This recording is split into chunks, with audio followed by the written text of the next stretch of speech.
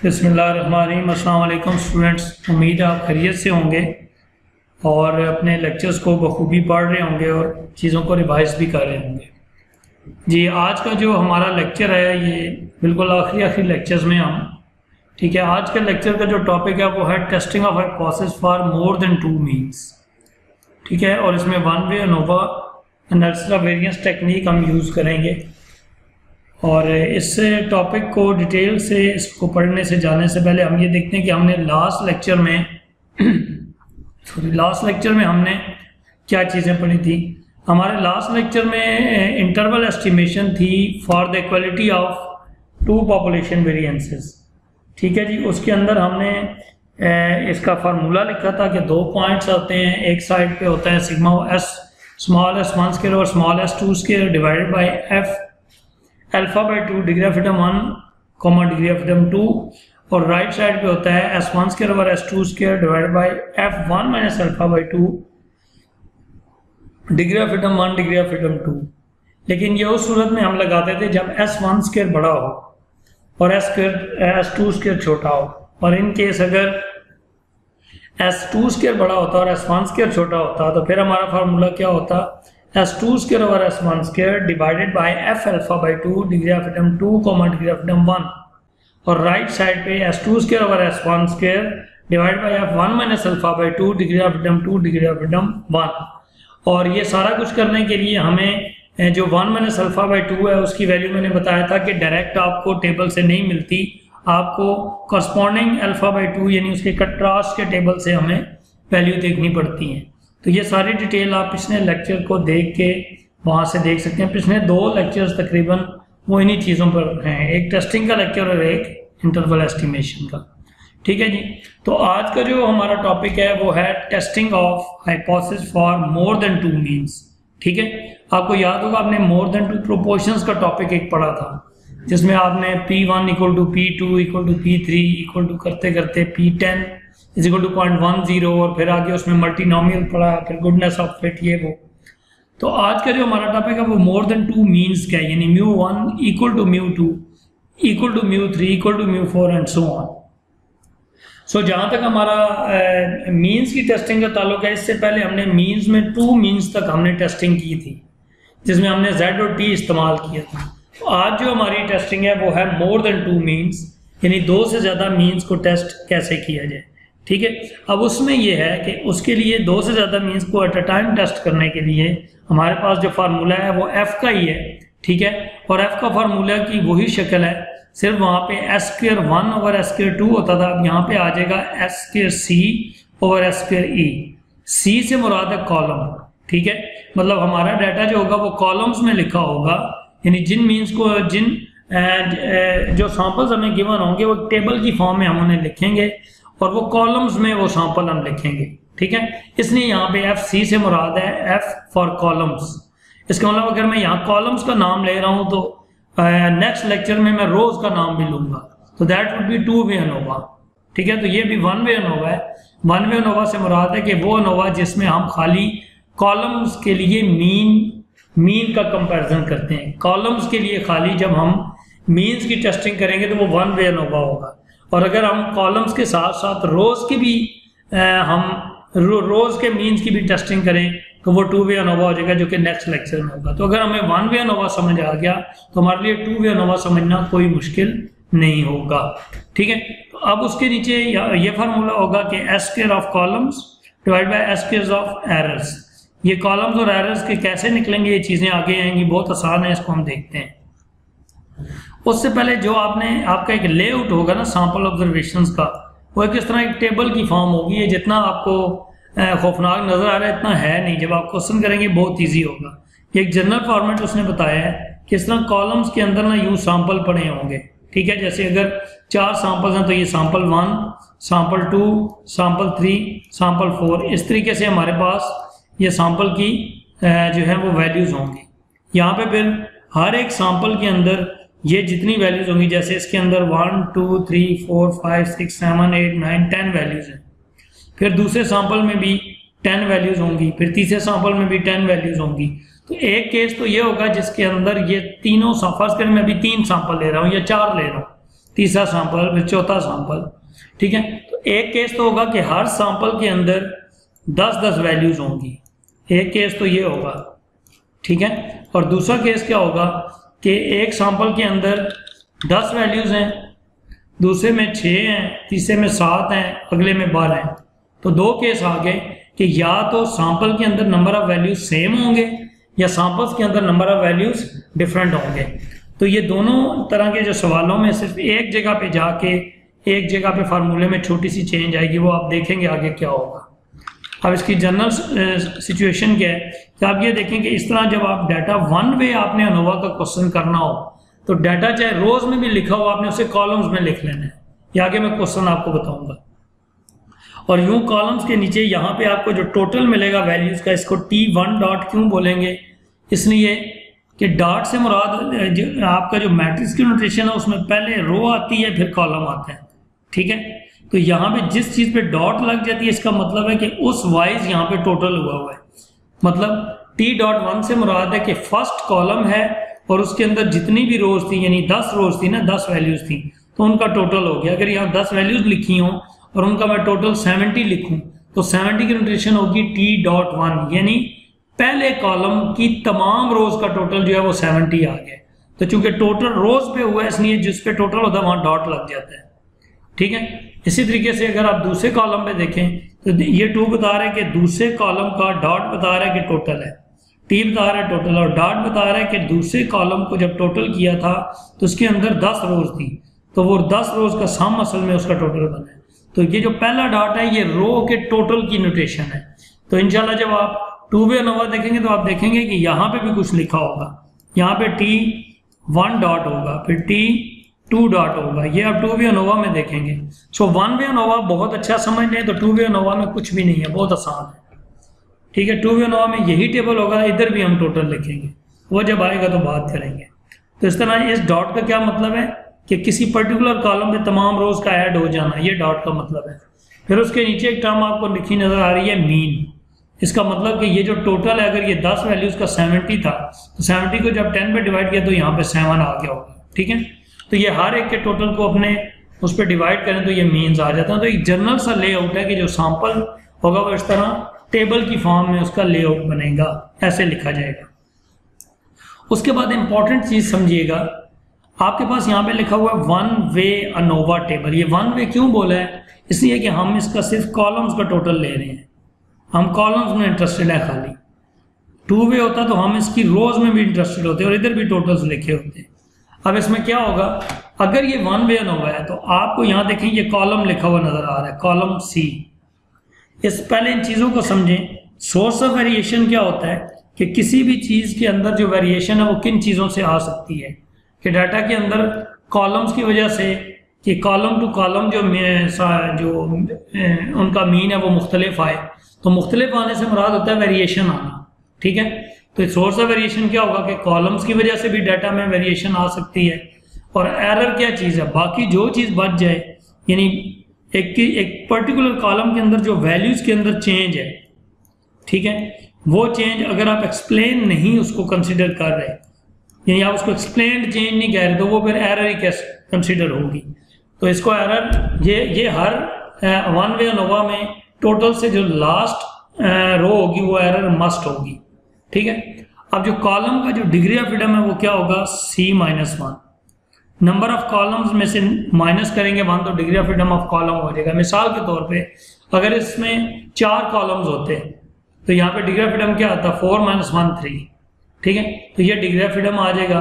उसके बाद हमारा इंपॉर्टेंट काम होता है सम ऑफ स्क्वायर्स को फाइंड करना, और हमने कितनी चीजें फाइंड करनी है, सिर्फ 2 चीजें। इस टेबल को देख के नहीं परेशान होना, एक हमने ये चीज फाइंड करनी है और एक हमने ये चीज फाइंड करनी है, ठीक। अब ये क्या चीज है, ये इसको क्या पढ़ेंगे, इसको बोलेंगे sum of square of total. ये ऊपर लिखा है sum of squares. Sum of squares की जो फॉर्म होती है ना वो असल में कुछ इस तरह की होती है, summation x minus x bar square, आप जानते होंगे इस टर्म को। तो ये क्या चीज है, ये सम हो रहा है किसी स्क्वायर्स की टर्म का, तो इसलिए इसको सम ऑफ स्क्वायर्स बोलते हैं। तो ये भी जो आपके पास सम ऑफ स्क्वायर्स लिखे हुए ना, ये इसी तरह की किसी फॉर्म के सम ऑफ स्क्वायर्स हैं। इनको ओपन करें तो उसी जैसी को फॉर्म बनती है, तो इसलिए इनको सम ऑफ स्क्वायर्स बोल रहे हैं। ठीक है, अब क्या होगा कि हमने ये दो चीज़ें फाइंड करनी है। ये तो खुद ब खुद फाइंड हो जाएगी, क्यों कि जब टोटल की चीज़ फाइंड हुई है तो टोटल में से कॉलम का सम ऑफ स्क्वायर माइनस करेंगे तो ये खुद ब खुद आ जाएगा। ठीक है जी, ये वाला हिस्सा। इसी तरह जब आप टोटल डिग्री ऑफ फ्रीडम में से कॉलम का डिग्री ऑफ फ्रीडम माइनस करेंगे तो एरर का खुद आ जाएगा। तो एरर की कोई भी चीज़ फाइंड करने के लिए टोटल में से ऊपर जितनी चीज़ें वो माइनस कर देंगे तो एरर का आ जाएगा। अब जितनी चीज़ों से मुराद क्या है कि अगर वन वे अनोवा है तो एरर के अलावा एक ही चीज़ है कॉलम, तो ज़ाहिर उसमें से एक ही चीज़ माइनस होगी। अगर टू वे अनोवा हुआ तो क्या होगा, टोटल में से टोटल डिग्री ऑफ फ्रीडम में से कॉलम का डिग्री ऑफ फ्रीडम भी माइनस होगा और रो का भी माइनस होगा, तब जाके डिग्री ऑफ फ्रीडम एरर आएगा। बात आसान करते हैं, अगर वन वे अनोवा है तो टोटल क्या होगा, एक डिग्री ऑफ फ्रीडम टोटल का होगा, एक डिग्री ऑफ फ्रीडम कॉलम का होगा। तो टोटल के डिग्री ऑफ फ्रीडम में से कॉलम का डिग्री ऑफ फ्रीडम माइनस करेंगे तो एरर का आ जाएगा। और अगर टू वे अनोवा हुआ तो यहाँ पे एक और डिग्री ऑफ फ्रीडम आएगा कॉलम का भी। ठीक है, वो C-1 हो जाएगा, सॉरी रो का आएगा, दैट वुड बी रो -1। तो इस मतलब एक स्टेप बढ़ जाएगा, वो जब आप उस पर जाएंगे तो क्लियर हो जाएगा। अभी मैं साथ साथ जस्ट आपको बता रहा हूँ। ओके, असल हमारा मकसद क्या है, हमारा असल पर्पज है इस चीज़ का फाइंड करना और इस चीज़ का फाइंड करना। जब ये आंसर्स आ जाएंगे तो फिर क्या होगा, ये टर्म अपने इस कॉरस्पॉन्डिंग डिग्री ऑफ फ्रीडम में डिवाइड होगी तो S2C मिल जाएगा, क्योंकि ये कॉलम्स के लिए है। और जब ये वाली टर्म जो है, ये टर्म जब अपने डिग्री ऑफ फ्रीडम पे डिवाइड होगी, जो भी इसका आंसर है, तो आपको S2E मिल जाएगा। तो ये S2C है और ये S2E है। जब ये दोनों मिल जाएंगे तो आप इसको डिवाइड कर लेंगे, आपके पास वो जो FC की कैलकुलेटेड वैल्यू है ना, ये जो फार्मूला टॉप पे लिखा था, तो ये फार्मूला आपके पास आ जाएगा।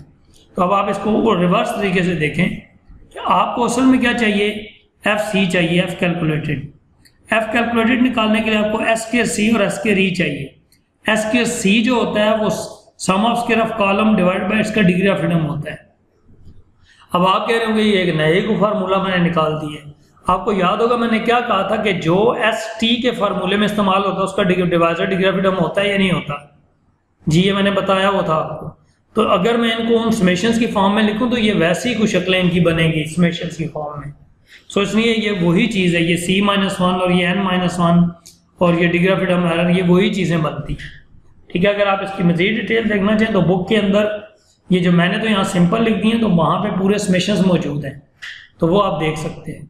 खैर, हमें S2C चाहिए, वो तब तक नहीं आ सकता जब तक SSC ना आए और degree of freedom of column ना आए। अब SSC कब आएगा, जब ये फार्मूला लगेगा। और S2E कब आएगा, जब sum of square of error आए और degree of freedom of error आए। So sum of square of error तब तक नहीं आ सकता जब तक sum of square of total में से sum of square of column minus ना हो जाए। इसका मतलब है कि टोटल निकालना है और sum of square of column निकालना है, टोटल में से वो माइनस करेंगे तो एरर का सम ऑफ स्क्वायर आएगा। इसी तरह जो degree of freedom of error है वो टोटल डिग्री ऑफ फ्रीडम में से कॉलम के डिग्री ऑफ फ्रीडम को माइनस करेंगे तो आएगा। ठीक, तो बात को अगर मैं मजीद सिंपल कर लेता हूं कि ये जो आपका ये रो का निज़ाम है ना, ये सारा ये जो कुछ रो की चीज़ें हैं, सॉरी ये एरर की, सॉरी एरर का जितना भी ये चीज़ें हैं, ये सारी इनमें से दो चीज़ें, ये डिग्री ऑफ फ्रीडम और सम ऑफ स्क्वायर, ये टोटल में से जो हो चुका है वो माइनस करेंगे तो एरर ऑटोमेटिकली आ जाएगा। तो इस तरह आपके पास F कैलकुलेटेड आ जाएगा।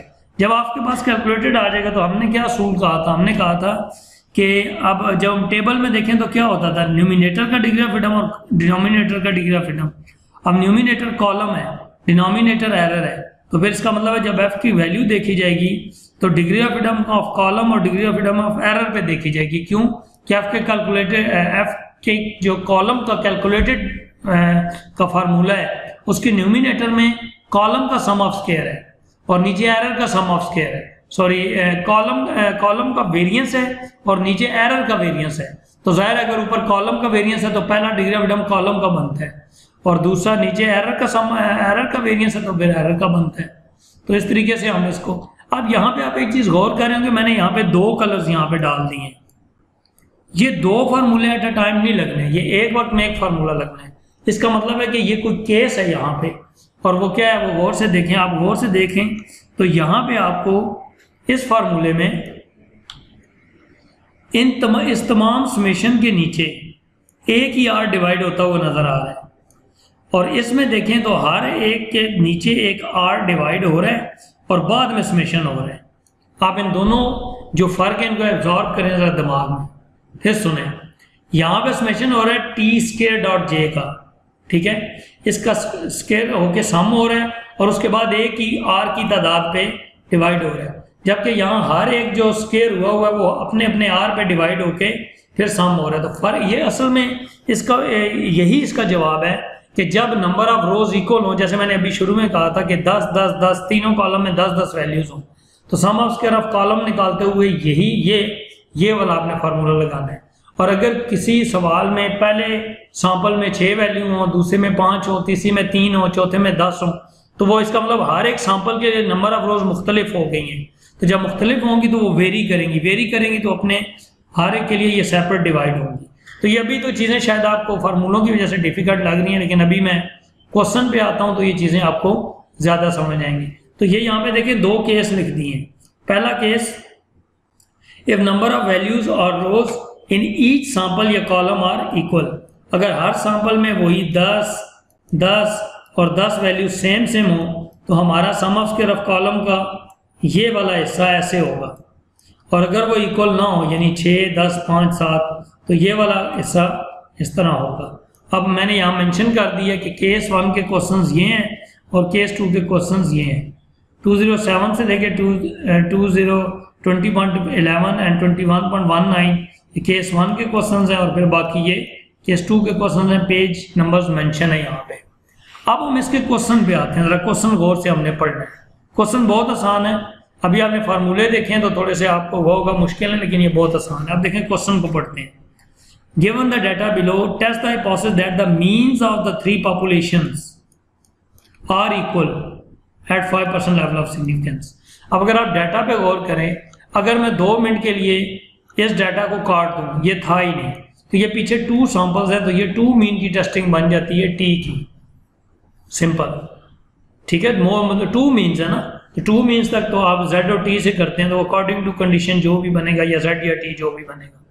लेकिन चूंकि इस वक्त हमारे पास 3 सैंपल्स हैं, तो अब हमारे पास ये z और t से नहीं होगा बल्कि अनोवा से होगा। अब देखें क्वेश्चन क्या है, ये आपका सैंपल 1 हो गया, ये इसका मतलब ये कॉलम 1 हो गया, ये कॉलम 2 हो गया, ये कॉलम 3 हो गया, ठीक है जी।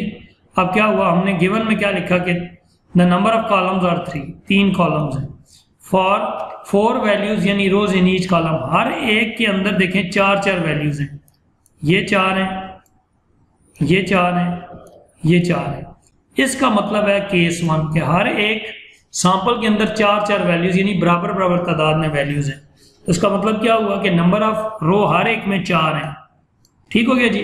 अब अगर अब मैं कहूँ कि इसमें कितनी वैल्यूज हैं, तो 4 इसमें, 4 इसमें और 4 इसमें, तो 4 3 जा 12 वैल्यूज हैं टोटल। तो जो ग्रैंड टोटल है that is capital N is 12, ठीक है जी। अब हमारे पास हाइपोथेसिस क्या बनेगी, μ1 इक्वल टू μ2 इक्वल टू μ3, तीनों मीन्स आपस में इक्वल हैं या एटलीस्ट 2 आर डिफरेंट, या उनमें से 2 मुख्तलिफ हैं। आप 1 भी लिख सकते हैं, at least 1 is different from other, या एटलीस्ट 2 आर डिफरेंट, ठीक है। मोर 2 से ज्यादा की जब भी टेस्टिंग हो हम ऐसे ही जुमला लिखते हैं, एटलीस्ट 2 आर डिफरेंट। और इसके अंदर आपके पास ये 1 टेल टेस्ट, ठीक है, 1 टेल टेस्ट है, ये 1 टेल ही रहेगा, मैं पहले बता चुका हूँ। उसके बाद आपके पास आ गया लेवल ऑफ सिग्निफिकेंस, क्या आ गया, लेवल ऑफ सिग्निफिकेंस अल्फा 5%। फिर हमारे पास एफ की कैलकुलेटेड का फार्मूला आ गया, एफ के कॉलम का, और ये कब निकलेगा, जब एस के सी निकलेगा और एस के ई निकलेगा। अब हमने इन दोनों की तलाश करनी है, ये हमें चाहिए। अब ये सारा कुछ करने के लिए ये पूरा टेबल है। अब जरा देखिएगा, होगा ये कि आपके ये फार्मूले जो लिखे, ये आपने अनोवा ये टेबल बनाना है ना, आपने असल में ये कैलकुलेट करना है और ये कैलकुलेट करना है, और ये वाला इसमें से इसको माइनस करोगे तो ये आ जाएगा। इस तरह ये कैलकुलेट करना है और ये कैलकुलेट करना है। 11 में से 2 माइनस करेंगे तो क्या आ जाएगा, ये 9 आ जाएगा। तो ये इशू तो नहीं है, लेकिन ये कब होंगे, जब SST निकलेगा और SSEC निकलेगा। Sum of square of column और sum of square of rows total निकलेंगे तो फिर एरर निकलेगा। तो जब एरर निकलेगा तो फिर ये वेरिएंसेस निकलेंगे, जब वेरिएंसेस निकलेंगे फिर एफ कैलकुलेट होगा। तो असल हमारा टारगेट है sum of square of T निकालना, यानी एस एस टी निकालना और एस एस सी निकालना, ये हमारा टारगेट है। आप देखें एक चीज होती है करेक्शन फैक्टर, ठीक है, इसको बोलते हैं C F. In other words आपने देखें ये आपका डाटा था, ये 40, ये पहला सैंपल है, ये दूसरा सैंपल है, ये तीसरा सैंपल है, ठीक है जी। फिल वक्त जो मैंने चीज़ें हाईलाइट की उन पे गौर करें। अभी इसके इन ब्रैकेटों को छोड़ दें जो ब्रैकेट में लिखा हुआ है। इसका टोटल आ गया 215, इसका 231, इसका 185, ये बिल्कुल ऐसे ही है, ये जैसे ये है 215, 231 और 185। ये जो गिवन डाटा है ये इसका टोटल है, सिंपल।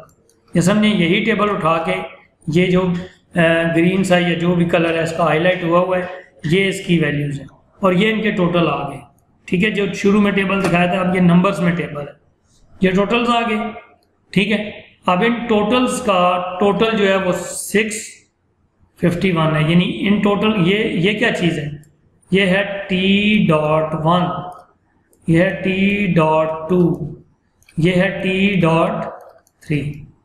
तो जब इन टोटल्स का यानी 215 प्लस 231 प्लस 185 को जमा करूंगा तो ये अब ये 1 2 3 ये भी जमा हो जाएंगे, इसलिए T डबल डॉट आ जाएगा, तो ये 651 ये आ गया।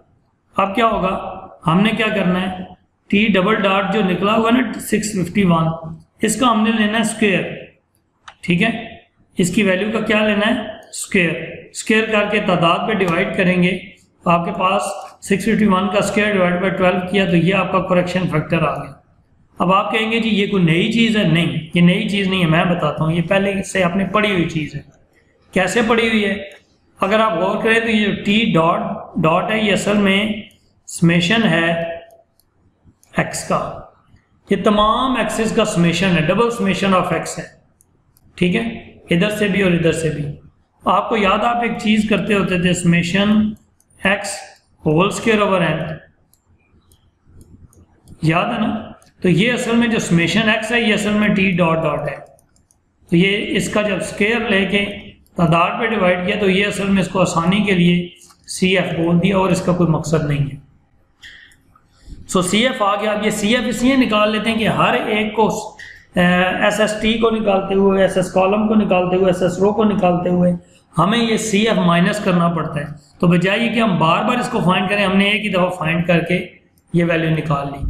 अब ये इंपॉर्टेंट चीज़ देखें, अब सम ऑफ स्क्वायर ऑफ टोटल क्या होगा कि हर वैल्यू जो भी ये वैल्यू लिखी हुई थी, कौन सी वैल्यूज, ये 40 लिखा हुआ है, ठीक है, 40 है, 50 है, 60 है, 65 है, हर वैल्यू का स्क्वायर लें। 40 का स्क्वायर लें तो ये 1600 आएगा। देखिए स्क्वायर ब्रैकेट में किसी वजह से मैंने लिखा है। 50 का स्क्वायर लें तो 2500, 60 का स्क्वायर लें तो 3600, 65 का स्क्वायर लें तो 4225। तो ये हर वैल्यू का आपने स्क्वायर लेके तो ये मैंने नीचे ब्रैकेट में से जमा कर लिया। अभी इस रो को छोड़ दें, ये क्या हो रहा है मैं बाद में बताता हूँ। तो मैंने इसलिए इसको येलो हाईलाइट कर लिया ताकि आपको पता चले कि इसी का नीचे ये टोटल ये और ब्रैकेट में टोटल लिखा। तो ये क्या बना, इन चारों एक्स की वैल्यूज का स्क्वायर करके सम ले लिया, फिर इस तरह अगली चारों एक्स की वैल्यूज का स्क्वायर करके ये सम आ गया, फिर इसी तरीके से अगली चारों वैल्यू का स्क्वायर करके सम आया, ये आ गया। तो जिस तरह हमने खाली टोटल्स को जमा किया था तो 651 बना था, इस तरह अभी स्क्वायर्स के टोटल को जमा करना है। तो ये जमा किया तो आपके पास ये वैल्यू आ गई। तो ये बन गया डबल समेशन एक्स आई जे स्क्वायर। एक्स आई जे ना भी लिखें, सीधा लिख दें डबल समेशन एक्स स्क्वायर। तो ये असल में वो चीज़ है। तो आप देख सकते हैं यहाँ पे क्या लिखा है, डबल समेशन एक्स आई स्क्वायर, जो कि ये लिखा हुआ है, ये माइनस करेक्शन फैक्टर। तो 36739 ये पुट किया और माइनस करेक्शन फैक्टर की वैल्यू पुट की, तो आपके पास सम ऑफ स्क्वायर ऑफ टी जो है वो 1422.25 आ गया। ठीक है जी। तो ये आपके पास आ गया sum of square of T. ख्याल रहे कि आप सम ऑफ स्क्वायर्स निकाल रहे हैं, एक सिंगल वैल्यू भी माइनस में नहीं आएगी, बल्कि हतमी बात यह है कि इस पूरे सवाल के अंदर कुछ भी माइनस में नहीं आएगा। एक चीज़ भी माइनस में नहीं आएगी। जहाँ पे कोई माइनस में आए तो सोचने पे मजबूर हो जाएं कि आप वो गलती कर रहे हैं। ठीक है, तो ये आपके पास क्या हुआ, सम ऑफ स्क्वायर ऑफ टोटल जैसे ही आया 1422.25, आपने नीचे टेबल में ये जगह बनाई हुई थी, आपने यहाँ पे ये आप निकाल चुके हैं ना, ये इक्वल टू करके ये जगह खाली थी, तो आपने यहाँ ला के ये वैल्यू ऊपर से जैसे ही आई आपने साथ ही यहाँ पुट कर दी, ये टेबल साथ ही बना लेना। अब बारी है SSC की। SSC में चूंकि तमाम रोज इक्वल हैं तो ये फार्मूला लग गया। अब वो जो मैंने दरमियान की रो ये छोड़ दी थी ना, मैंने कहा था इसको छोड़ दें, इस पर बात करते हैं। अब ये रो काम आएगी। ठीक है, अब क्या है, ये T.J का स्क्वायर है, यानी जो 215 का स्क्वायर लिया तो ये आ गया, 231 का स्क्वायर लिया तो ये आ गया, और 185 का स्क्वायर लिया तो ये आ गया। अब ये T.J के स्क्वायर्स हैं, चूंकि तमाम रोज इक्वल हैं तो इनको ऐसे ही सम कर लें, तो क्या हो गया, जब इनका सम किया तो 14345 आ गया ये, तो समेशन T.J का स्क्वायर जो है वो 14345 आपके सामने आ गया। अब जब हमने इसको यहाँ पे पुट किया, ये पुट किया, ये वहां से वैल्यू पुट की है, ये जो आपके सामने आई है, ये वैल्यू ये वाली पुट हुई है। अब डिवाइडेड बाई 4 क्या है, हर एक में देखें 4 सेम है, 4 नंबर ऑफ रोज 4 है, तो क्या हो गया, यहाँ 4 पुट किया और ऊपर से करेक्शन फैक्टर जो निकाला हुआ था, तो ये 546 आपका जवाब ये आ गया। ठीक है जी, और ये 546 सम ऑफ स्क्वायर ऑफ कॉलम्स का है, इसलिए हमने यहाँ पे ये वैल्यू लिख दी। तो असल टारगेट हमारा ये 2 वैल्यूज निकालना था जो निकल चुकी हैं। पीछे रह गया sum of square of errors. ठीक है, sum of square of error निकालने के लिए क्या होगा कि हम जो sum of square of total है उसमें से sum of square of column minus कर देंगे। तो इस वैल्यू में से जब ये माइनस किया तो 876.25 आपके सामने ये वैल्यू आ गई, ये वाली। ठीक है जी, अब आपके पास ये तीनों वैल्यूज आ गई। अब ये वैल्यू हमारे काम की नहीं है sum of square of total, क्यों कि हमें इसमें इससे तो हमने वेरिएंस निकालना ही नहीं है, लेकिन ये काम की है, क्योंकि ये ना होता तो हम ये इसमें से ये माइनस करके एरर का सम ऑफ स्क्वायर ना निकाल सकते। तो अब क्या हुआ, आपके पास ये दोनों जो सम ऑफ स्क्वायर्स हैं वो आ गए, सम ऑफ स्क्वायर ऑफ कॉलम भी आ गया, sum of square of error भी आ गया। अब अगर मैं इसको इस 2 पे डिवाइड करूं और इसको इस 9 पे डिवाइड करूं तो मेरे पास ये S2C और S2E आ जाएंगे। तो आप देख सकते हैं 546 को 2 पे डिवाइड किया तो ये आ गया, और 876.25 को 9 पे डिवाइड किया तो ये आ गया। अब हम आहिस्ता आहिस्ता अपने डेस्टिनेशन पे जा रहे हैं। तो S2C 273 आ गया और S2E 97.36 आ गया। अब जब इनको हमने वैल्यूज को पुट किया तो आपके पास F कैलकुलेटेड वैल्यू 2.80 आ गई। ठीक है जी, तो इस तरीके से आप ये देखें कि इस टारगेट तक पहुंचने के लिए आपको ये 2 वेरिएंसेस चाहिए थे। एक वेरिएंस कॉलम्स का है, एक वेरिएंस एरर का है। कॉलम्स के वेरिएंस के लिए कॉलम्स का सम ऑफ स्क्वायर चाहिए, एरर के वेरिएंस के लिए एरर का सम ऑफ स्क्वायर चाहिए। एरर का सम ऑफ स्क्वायर टोटल के सम ऑफ स्क्वायर को में से कॉलम का सम ऑफ स्क्वायर माइनस करने से आएगा, तो ये आ जाएगा। और इस तरह degree of freedom of total में से degree of freedom column minus करेंगे तो डिग्री ऑफ फ्रीडम एरर आएगा। तो ये जो कुछ एरर है ये सिर्फ माइनस करके ही आएंगे। ठीक है जी, तो ये कैलकुलेटेड वैल्यू आ गई। अब बाकी आगे सवाल फिर आसान हो गया कि reject H not if calculated value is greater than और इक्वल टू F की टेबल वैल्यू। यहाँ पे कोई वो 2 साइडेड वाला कॉन्सेप्ट नहीं है। अब क्या हो जाएगा, अल्फा को देखना है, क्योंकि ऊपर कॉलम था तो कॉलम का डिग्री ऑफ फ्रीडम और एरर का डिग्री ऑफ फ्रीडम। कॉलम का डिग्री ऑफ फ्रीडम देखें 2 है, एरर का डिग्री ऑफ फ्रीडम 9 है, तो हमने 0.05 के 2 को 9 में देखना है। 0.05 के टेबल में ये आपका 0.05 का टेबल हम देखते हैं।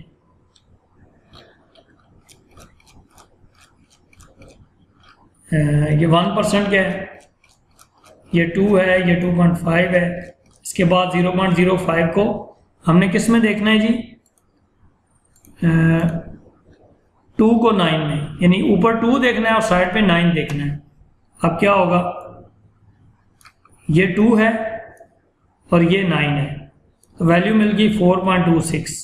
ठीक है, तो आपको जो वैल्यू मिली वो आपकी टेबल वैल्यू आ गई 4.26। अब आपकी जो कैलकुलेटेड वैल्यू है 2.80 वो 4.26 से छोटी है।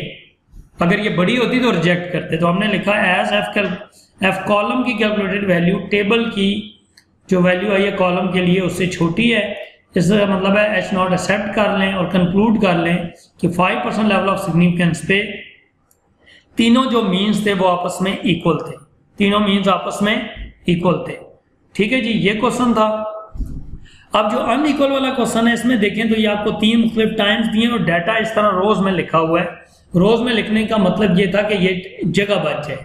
ठीक है, बाकी आप ये पूरा क्वेश्चन देखें, इसके अंदर हमने इस डाटा को ऐसे ट्रांसपोज लेके हमने कॉलम्स में लिख लिया। अब फर्क इसमें और उसमें सिर्फ ये है कि कॉलम्स में किसी में 11 वैल्यूज हैं, किसी में 9 वैल्यूज हैं, किसी में 12 वैल्यूज हैं। तो बाकी तमाम कुछ वैसे ही है, सिर्फ जब आप सम ऑफ स्क्वायर ऑफ कॉलम में आएंगे तो आपका ये फार्मूला यूं बन जाएगा कि हर वैल्यू, ये जो वैल्यू है 183316, ये अपने कॉरस्पॉन्डिंग रो की तादाद पे डिवाइड हो जाएगी। यानी इसके लिए 11 रोज हैं, इसके लिए 9 रोज हैं और इसके लिए 12 रोज है। तो आप ये देखें क्या हो रहा है, हर एक जो टी डॉट जे का स्क्वायर है वो अपनी अपनी रोज की तादाद पे अलहदा डिवाइड होके इसको इस पे 11 पे डिवाइड किया, इसको 9 पे, इसको 12 पे, और फिर सारा इसको कैलकुलेटर पे सॉल्व करके आपको वैल्यू मिली 50, 47, 47 और करेक्शन फैक्टर पहले से निकला हुआ था उसी तरीके से निकलता है। तो माइनस किया तो ये आपकी SSC आ गई। SSC कैसे आएगा, टोटल में से कॉलम का सम ऑफ स्क्वायर माइनस करेंगे तो ये आ जाएगा। तो बाकी उसके बाद सारा क्वेश्चन उन्हीं लाइंस पे है। ठीक है, तो आज के लेक्चर में हमने वन वे अनोवा देखा जिसके अंदर हमने मोर देन 2 मीन्स को टेस्ट करना था। तो ये लेक्चर थोड़ा सा टेक्निकल है, इसको आप जब तक क्वेश्चन को खुद इन हाथों से नहीं करेंगे ये क्वेश्चन आपका ठीक नहीं होगा। ये बार बार क्वेश्चन करेंगे तो ये क्वेश्चन होंगे। ठीक है जी, बाकी आपके इंटरेक्टिव सेशन में कोई क्वेश्चन हुआ तो हम डिस्कस कर लें, डिस्कस करेंगे। उम्मीद है कि आप उससे पहले ये सवाल अच्छे तरीके से खुद करके आएंगे तभी आपको समझ आएंगे, वरना आप देख लेंगे और कहेंगे जी हो गए हैं तो ये फिर हो जाएंगे, समझ नहीं आएंगे। ठीक है, सो इंशाल्लाह ताला अगले लेक्चर में हम 2 वे अनोवा देखेंगे। बस आप 1 वे अनोवा को अच्छा सा करके आएँ ताकि 2 वे अनोवा में एक स्टेप मैं बताऊं कि ये इजाफी है तो ये 2 वे अनोवा बन गया। ठीक है जी, अल्लाह ताला आपको कामयाब करें, अच्छे तरीके से लेक्चर सुने और ऑनलाइन सेशन में सवाल भी करें। थैंक यू सो मच जी, अल्लाह हाफिज़।